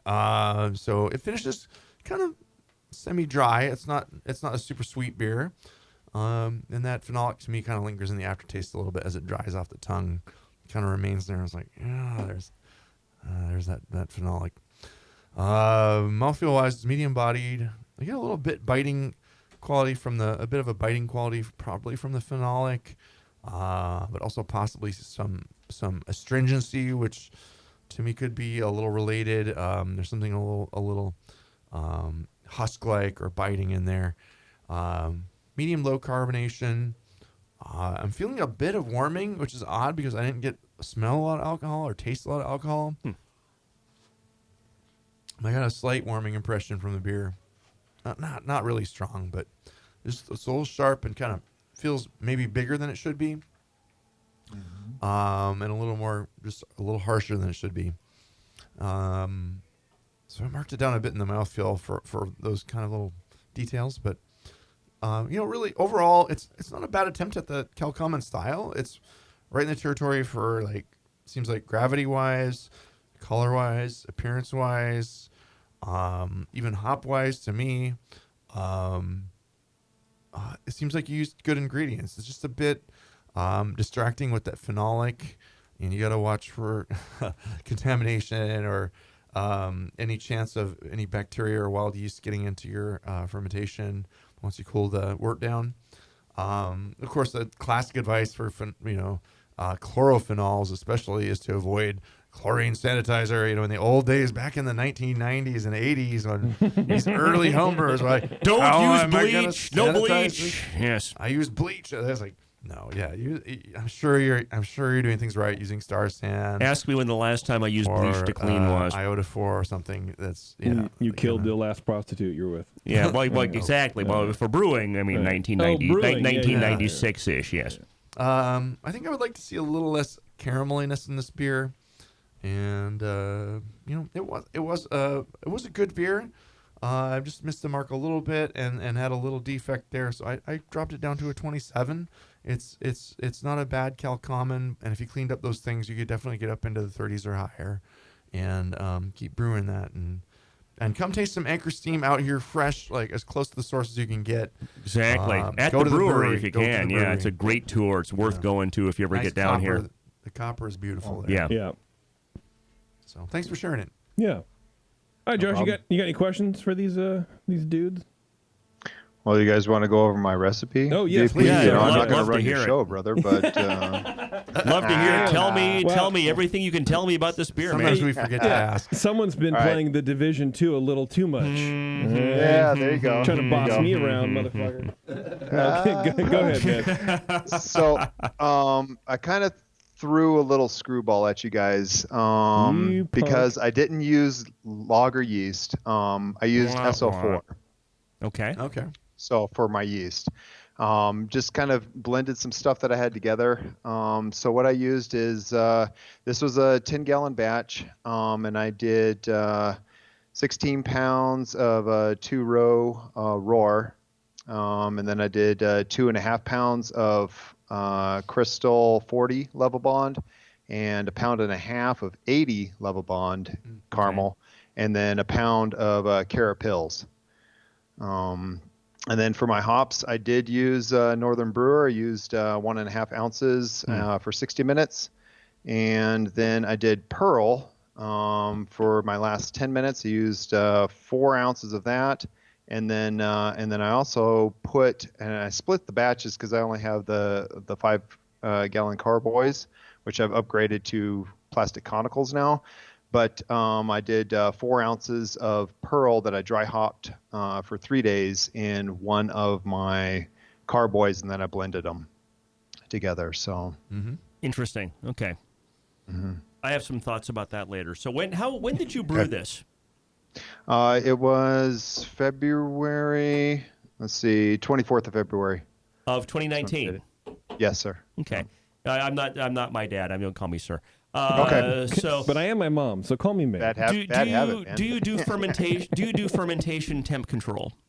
I do. Yep. So this did one, you ferment this I've got temperature the chest freezer with the ITC 1000, and then but I went away from that, and of course, being up here in Montana, we don't have to worry about cooling at that time of year. No, we have to worry about heating. So I used heating. In that, but now I've actually built my own glycol chiller because I'm an HVAC guy. So oh wow, yeah. So my next one, I've actually got a porter in the garage right now. Damn. But yeah, so I have that with the fast ferments, the 14 gallons. But yeah, Okay, so you're fermenting in the fast ferment, which is like a thick plastic. That's nothing wrong with that. It's oxygen impermeable generally. Yep. So how did you bottle this beer to ship to us from the fast ferments? So I didn't do this from the fast ferment. This beer is from the 5-gallon glass carboys. Oh, okay. So then, how did you get it from the carboy to the bottle?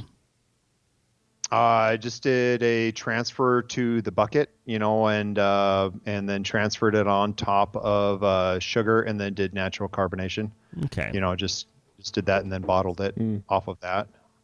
That's really weird because to me, I mean, that's not dissimilar to what I've done for many years. I don't quite do that now, but it's I've entered beers for comp, and I've I've placed with beers I've done just that way. And to me, I mean, it's just kind of odd that this comes across to me in a lot of ways as like really oxidized. But so I'm kind of wondering where the oxygen is coming from because this is only like 3 months old. Is it just that your crystal malt?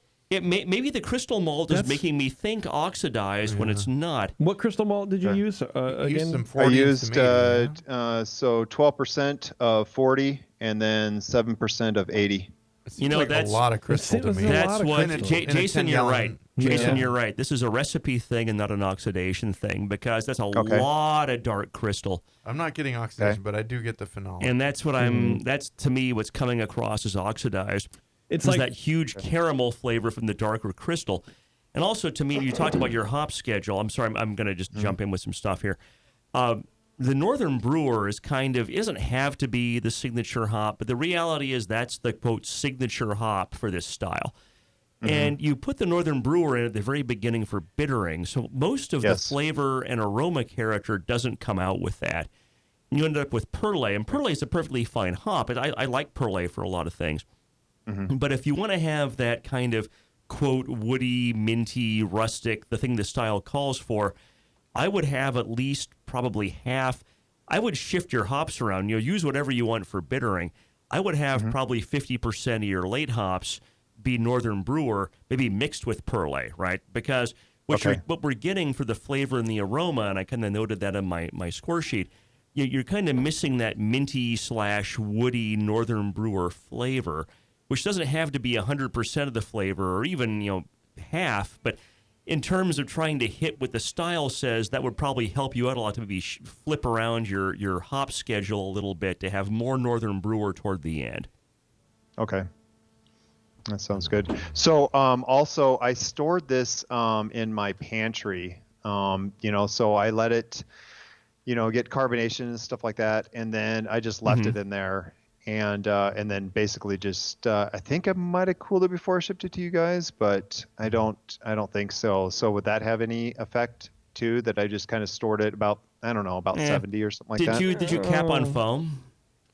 No, it's bottle conditioned. No, or did you cap on? Or did you? I guess not cap on foam, but did you? Yeah. I mean, even that little, because you're going to have secondary fermentation. I've always believed that little bit of oxygen in the headspace gets consumed during scavenged. Yeah, that's what I feel like too. So I don't feel like I gotta. This came across to me as really oxidized. And when you talk about your recipe, our discussion we just had, what that's telling me is what I'm tasting is your recipe, and not oxidation. Yeah, I think Brian, it's a little sweet, and that's really the issue. Yeah, I thought there was a little too much caramel, but I didn't get big oxidation. No, I mean, to me, it came across more like a tannic raisin. And that's how I kind of know that it's not necessarily oxidation, because for me, oxidation's a little sweeter, but it's like raisiny but dry. A tannic raisin, that's an interesting...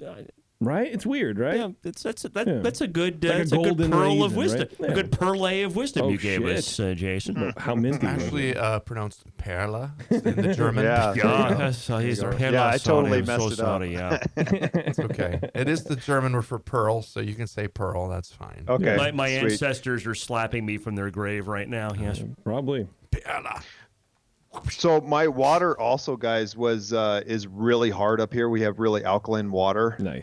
So I cut it with phosphoric acid, and I added 10 mils of 75% actually to try and cut that water down, which I have actually recently went to RO water that I have now in my house. So I'm actually going to cut that, half and half with well water and then also with RO to kind of help the minerals out. But man, my alkaline is just, that's going to help. Really hard. It's not very hard, but it's really hard. Yeah. Josh, I'll tell you this: your water treatment, I didn't notice at all, which is the goal. And I'll tell you, the single biggest flaw that I've seen in competitions judging in the last 2 or 3 years is people over adjusting their water. And you get a beer, and it's like licking a rock. And people are adjusting, and they don't understand their base water. They don't understand how to adjust their RO. They do something, and it just overly minerally, metallic, or bad. Yeah. Whatever you're doing for your water, you are spot on with your water. If you don't know, I don't notice. If you hadn't told me, I wouldn't have known. Yeah. If you don't know exactly where you're starting, you can never get to where you're wanting to go. So that's all from Jamil and John on Brew Strong, and then those guys, with the session and No, whatever you're doing with your water, keep doing it because I can't. That's the key thing. I can't tell, and that's the way it ought to be. Okay. Yeah. Right. That's right. Go easy when in doubt. Yeah. Go light. Okay. Anything else, man, or? Nope, I think that's it. Yeah. Just kind of switch them. What would you guys think about like my crystal malts? Just reduce both of them, you think, or what? I think I would drop the 80 more than the 40. I don't think you need it. I might even just take it out. Well, but I do like the two different crystal malts. I kind of a fan of layering your crystal malt. So maybe you could go down and do like a 20-40. Or whatever. You can also layer with more of a toasty malt, a Vienna or a Munich. But I would definitely bring down that 80, maybe by 30, 40, 50%. I don't think you need it in there at all. I think Cala Common should not have those kind of more raisiny notes to it. It's giving it some of the color that's nice, but it's also darker than Anchor Steam, so you don't need all that color. So try like a 15 or a 20. Like I like Crystal 15 has a really good flavor. Like some Pivo Pils in there too. It does. So that's true. Yeah, it's already kind of doing some of that. I mean, and what you have 7% of the 80, was it? Yeah, 7%. Yep. Yeah. So ultimately, Josh, I think you just had. I thought you had process problems, but you have just a few minor recipe things. Just tweak it; it's going to be great. Send it back to us. Do you think you could just kill it? I mean, 7% is a lot. Yeah. Maybe take it down maybe take it down to 2%. Yeah, two or three. If you want to keep it, make it 2 or 3. You'll get a little dimension, right? You'll still get a little dimension out of there, which is kind of the goal. A little color, a little bit of a what is that flavor in the background kind of thing. Gotcha. I don't know. Okay. And then what about the You're right, the Jason. 7%'s a lot. Is that something too, or no? Oh, sorry. Yeast? Go ahead. Is the yeast? Oh, the yeast. Since I didn't use lager yeast, it was there was you picked up on a little more fruitiness, I think, Brian. Yeah. I think that regardless of what yeast, the point of the yeast, I mean, you want to. This is such a weird style, right? Because classically, it's a lager yeast fermented hot to get esters. But you want to have a little ester character. So however you get there, right? Whether it's with SO4 or something, and you ferment at whatever temperature to give it a little ester, or you use lager yeast, you ferment warm. It's a tough. This is why I think this is a really hard style to homebrew, because it's one where temp really becomes an issue, right, Brian? What do you think? Well, since you have the ability to do a 10-gallon batch, I would take a 10-gallon batch and ferment half of it with the lager yeast at low 60 degrees and half of it with your ale yeast that it really wasn't bad, but maybe just keep it low so it's not giving it a lot of fruitiness. Right. Well, I wonder if you can just make a starter. And put it at low 60s with high end for the lager yeast. Put it in the fridge or whatever, and then do the same with a high ale yeast, and then you just taste, because really you're just looking for the flavors that are kicking off. I mean, I know it's going to be different, but if they're anywhere 60% to where they would be in a beer, then maybe that's the route you try. So you can do a bunch of different trials if you're just trying to figure out what method pushes the phenols and the esters that you want, right? Yeah, I mean, classically, just get a clean German lager yeast and do it that way, because that's the classic way. But again, your ale yeast, it wasn't It wasn't like, oh my God, it's so fruity to me. Right. It was, you can do a similar thing, but it's not the classic way to do it. So I would try to stick to as classic. My judge advice to you would be stick to as classic as you can do. Yeah. I think you're really close, man. Agreed. Okay. Cool. Well, thanks, guys. I think that's it. Yeah. And always good listening to you guys. Thanks a lot, man. I appreciate it. Don't listen to those other shows, though. Thank you for sharing. All right, later, man. Yeah. All right. Bye. Cool. All right. We're going to take a break here, Bev. What do you think of that? You ready for a break? She's not union. She gives me the thumbs up, and so that means it's break time, everybody. All right, we're going to take a break. We're going to come back. We're going to speak with Kevin with his Doppelbock. He's in studio, so we don't have to worry about watching a video of him. We get him in real life. We do have to worry about him, I appreciate. Hurting us if we don't like his beer. Lunging over the table. And, Well, you guys are closer than I am, so I'm all right. You sit right next to me. I'm going to get my ass kicked. All right, everybody. This is Dr. Homebrew. We'll be right back.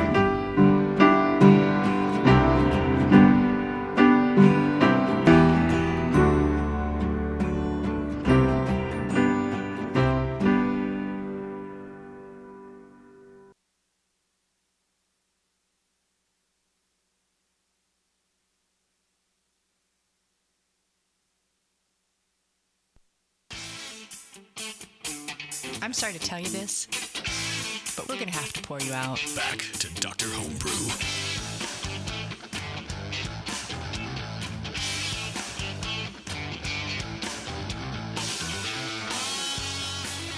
Hey, thanks for hanging on, everybody. Appreciate it. They didn't. They just turned it off after that last segment. Big preaches go out to you guys for listening to this show. All right, Kevin, man, what's up, dude? Not much. Why not? I was hanging out here. Welcome to the All right. studio. That's cool, man. Let me turn you up a little bit here. So you got a Doppelbock, man. That's cool. You brewed a Doppelbock before? Nope, this was my first lager. Oh, damn. Okay. Really? Your first lager was a Doppelbock? Yeah. You are a brave man. Yeah, it was a Doe's internal club comp that we did. So I brewed this with Max Brown and Damian Clausen of Club Doe's. Okay. Nice. Good company. So yeah, it was a challenge, kind of, brew bigger styles, and so that's my first Doppelbock. Nice. Wow. Decocted? No. How many? We're not how many, crazy. How many beers have you brewed before this? Generally, At roughly this point- speaking. well, you already judged the beers. So this was brewed in 2017. Mm-hmm. So it's about a year and a half old now. And at that point, probably 50 beers on my belt. Nice. Very good. Okay. Yeah, not too shabby. All right, let's get some poured and let's drink some Doppelbock. What do you guys think? I'm down. We've done this for 6 years and we're still waiting for the beers to be poured. Coming back from break, Bev.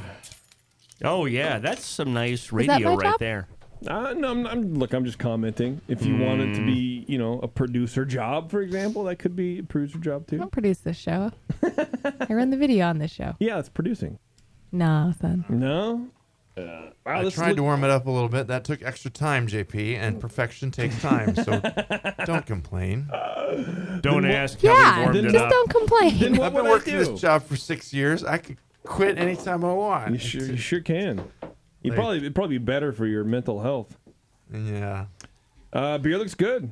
I give it a 50. Let's go. All right. Okay, End of done. the show. 50. Show over. Thanks for everybody. coming, Good Kev. night. Can you imagine we just ended the show? Kevin's like, what the fuck? I've been sitting here for 2 hours for We're that. not even going to talk about the beer. Yeah. All right, Brian Cooper. Well, we know it's not decocted, so I just true. deducted 5 points. The bottle had a good fill, nice hiss when we opened it. In the nose, strongly malty, some definite Maillard byproducts in there. Those flavors that come up with the color reactions. It's a nice, they used to call them melanoidins, but that's really more of a color product. So there's the whole change that, they still have to come up with just a good word for that. I think a word should be invented for Maillard byproducts because I really don't like saying that. I liked saying melanoidins better, but anyway, I digress. Lightly caramelly, bread crust-like malt, cleanly and lightly spicy alcohol. It's a clean, lightly spicy alcohol. This is the second show of the night, and we've had a little bit of beer. Let's do a third show, Brian. Yeah, that'd be fun. Danger, Will Robinson. There's no obvious hop aroma. You don't need any hop in this beer. It smells really rich and smooth. It's inviting.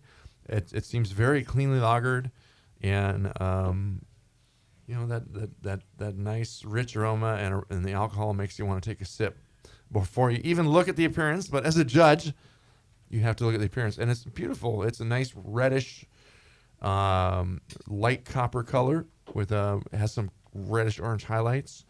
It's brilliantly clear. The head did fade fairly quickly after being poured. Probably due to the alcohol in this beer, which is pretty evident in the nose, and then we get into the flavor and yep, I taste some alcohol. It's probably on the stronger end for the style, I would say. This beer is richly malty with malty. Stop me now. Brian's already dead. That's I how high think alcohol is this warming, Brian? Are you warming up a little right now? The drunk history version of Dr. Homebrew. Notes of bread crust. Balls, yeah. There's some biscuity flavors in there, and it's got a light toffee and caramel sweetness to it. Definitely some Maillard products again in the flavor. It's balanced firmly to the malt, of course, as it should be. Low bitterness is out of the way. Clean lager ferment. Really nice clean lager ferment. For your first lager, holy shit. You were in good company there, so I think you probably learned from some good people. Oh, yeah. And keep making these lagers. Very firm alcohol throughout. It is maybe a bit prickly, sharp. It does come through pretty intense. And like camping. It lingers into the aftertaste with the malt. And that alcohol is like 1-2 punch. It's like big malt, big alcohol. Just a long finish. It just keeps going. Mouthfeel was medium full bodied, I would say. It's almost full bodied, but it's not like the biggest, most syrupy beer you've ever had. Honestly, it's not like barley wine kind of mouthfeel. It's just a little lighter and somewhat more delicate than that, but not delicate in any sense of the imagination here. Low carbonation, firm alcohol warmth. I would say medium-high warmth. That is a bit biting to me, but also welcome. And the beer nonetheless is somewhat smooth and creamy, despite everything else that's going on here, and being fairly big and a lot of warmth. But it's smooth warmth, I guess you could say. It's not really hot warmth, but it does pack a little punch. It does bite a little bit. Okay. So overall, it's a big Doppelbock. Kind of towards the medium light side of the style. You can go really dark and add some chocolatey flavors, but you don't need to. I think the middle ground is kind of a nice place for it to be, with this kind of coppery color instead of getting towards brown. They don't all have to be brown. It's a very nicely crafted beer. I would say nice job on that. The alcohol could be smoothed out a bit, or possibly even just reduce it a little bit with what you have here to let it play a little better with everything else. But you could sip a lot of this. It's some additional aging may also smooth it out, even if it's already 2 years in. But I think it's just going to keep getting better for maybe another year or two. And find a way to, if you can, improve that head retention a bit. The alcohol could be standing in your way here. And dropping that back a bit may improve that as well. But also look at what proteins you're leaving in there. I don't know if you did a protein rest or anything like that. You probably don't need to with the, well modified malts these days, and just let it be. But it's a nice beer. I gave it a 40. I thought it's a fantastic Doppelbock. Excellent. All right, Mr. Shar. Yeah, I largely agree with what Brian just said. This is a really wonderful beer. Not just saying this because Kevin's sitting right next to me, who could kick my ass in like 3 seconds. You should kick your own ass. Professional ethical considerations as doctors of homebrew require us to speak the truth about the beers that we evaluate, right? So aroma that's again, God, you guys. There's a code of ethics. This is like good stuff. I'm laying down pearls here. There should be laughter and some shit. Come on, you guys. There should be. You mean perlays? Maybe my perlays are like a lot smaller than I thought. Anyway, the aroma starts off malty with definite bread crust breadiness, like a Doppelbock should. You go to a fancy restaurant and they bring out that basket of bread at the beginning, and it smells so good. That's what this beer smells like, is that fancy basket of different breads, and you eat that bread, and you have the bread is so good, and the crust is so good. But it's very Jay. Well, and Jason's that's what. I wish you guys at home could see Jason's expression right now. He's romanticizing about the basket of breads, but that's what freaking Maillard byproducts are. Right. It's a bread like the browning reactions that happen on the outside of a bread crust, and you get a fresh basket of bread, are the same reactions that happen in the malts and the brewing process and the fine crafting of a beer like this. That's correct. That bring along these flavors that you expect and you need to have in a Doppelbock. Yeah. Thank you, Brian Cooper. They're hard to get. So Brian Cooper. Thank you so much. Continue, Brian. Don't listen to JP. Because the thing is, it's not just bread crust, right? You look at the guidelines. It's not like, it's a one-dimensional thing. A Doppelbock is a richly malty, very complex beer that has bready, toasty crust. It's not it's not like, I'm going to eat a crust of some rye bread. Nobody wants to do that just by itself. It's got complexity, right? So this aroma has a lot of complexity. Layers. Okay, layers, exactly. There's no hop aroma, fine for style. No off aromas. As it warms up, I get kind of a plum character. Jason, I'm looking like, why is Jason laughing because at I'm me making again? fun of Bev. Don't worry about it. He was trying to convince me that there was a booger on my face. You keep going, Brian. Don't worry. Don't derail Brian. Your face is fine. I'm There's just no gonna boogers ignore. on your face. It's the second episode. It's the second beer of the second episode. I'm fine. Nobody derail the Char train, please. Yeah, I love it. Whoop whoop. We never know where it'll end up. We got 10 minutes left in this show. Oh, Let's God. go. And next, he's going to compliment the beer for not being hazy. So the plummy is like a classic character for this type of beer. This definitely has a plum aroma as it warms, and that plumminess is related to the breadiness and the crustiness. Really well done. 9 out of 12 aroma. Appearance, 3 out of 3. This beer is crystal clear. brown with ruby highlights, perfect color. Heads low because of the high alcohol, but also very persistent. So you couldn't do any better. 3 of 3. Flavor-wise, initially the flavor is rich malt, bread crust, with some sweet ethanol. And it's not rough ethanol, right? Sometimes you have a higher alcohol beer like this, and we'll talk about your ABV later on. Sometimes you get a big beer, and the fusels make it just harsh and nasty. Yeah. There is some sweet ethanol at the beginning that really just melds well with the flavor here. There is some toasty character comes up mid-palate. Overall, complex and interesting. Balance is slightly toward malt. The hopping is great, right? The beer like this is difficult. You don't want it to be, this cannot be hop-oriented, but it can't be hop absent, or it's going to be this sweet mess that's going to not taste like anything good. The balance is just perfect. The malt is just a little more than the hop bitterness, which is the way it ought to be. Carries all the way through the finish. It's well attenuated. As it warms, the alcohol gets a little bit, a tinge of harshness. That's all I can say wrong is as it warms up, maybe it's a little harsh, but overall, 15 out of 20 for flavor. This is just amazing beer. Mouthfeel, of course, it's Doppelbock. It's warming. Gosh, duh. Body's medium high. Carbonation's low. Again, fine. Leans toward creaminess. It's not a creamy beer, but if you're going to say, is it creamy or not, it's smooth. And this is the accomplishment of this beer, that it's a high alcohol, high malt, smooth beer. Well done. Mission accomplished, 5 out of 5. Overall impression, I gave it an 8 out of 10. I really like this beer a lot. It's tasty, it's flavorful, it's complex. A slight amount more carbonation might be helpful. I didn't knock any points off for carbonation. Carbonation was in range.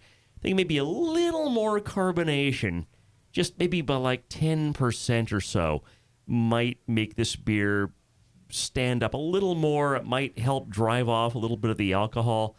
And then as far as the very slight alcohol harshness, and I don't know if you deal with that by maybe backing off on fermentables, might maybe 5%, or if you deal with that with temperature control. But I got to believe your temperature control is pretty much perfect, because otherwise this beer would have been a nasty mess as it was. But overall, it's a 40. I give this a 40. Yeah. This is a really, really well-made. And I can't believe this is your very first lager, man. This is just amazing. There's no fusels. And, we should talk about pitching rates for a beer like this, too, because you really have to pay attention. And neither one of us is getting any big fusels here, which would be just a telltale sign of underpitching. It doesn't seem like you messed up there at all. So, yeah. Excellent. Tell us how you brewed it and please do. What you put into it. Yeah, so this is from Brewing Classic Styles, basically. So it's basically 70% Munich, 20% Pilsner, and then 10% Care Munich malt. It's got 1.5 ounces of Hallertau for 60 minutes and half an ounce of Hallertau for 30 minutes. So that's it. 5 gallon. Yeah. That's all there is. What's the percent of alpha acid then? Probably like 4%. Wow. Yeah. So that's really amazing that the bitterness came up the IBUs, balance so well with such a kind of small. What's your batch size? 5 or 10 gallons? This was a 15-gallon batch. 15. But it was my God! It was split 3 ways for the 3 brewers that were. But it was like 1.5 ounces or so. You have Hallertau for the bittering. So that I gave you the 5 gallon for the 5 gallon. Gotcha. Sorry. Okay, that's fine. But understood. So I think starting gravity was around 1086, and it finished around 1014. It is about 9.5%. That did attenuate well. Wow. Well done. And that lets God. some of the toastiness and some of the richness shine better than if you have too much sweetness there, I think. Yes. So, I did a starter of WLP 830 and 833. Like, kind of wanted some of the characters from both. And did a big starter, pitched in about, the typical lager amount. Did you happy slurry? Yeah. Fermentation control. Did it accomplish what you wanted? Did you and the funny thing is the flavors that you wanted from either strain? Yeah.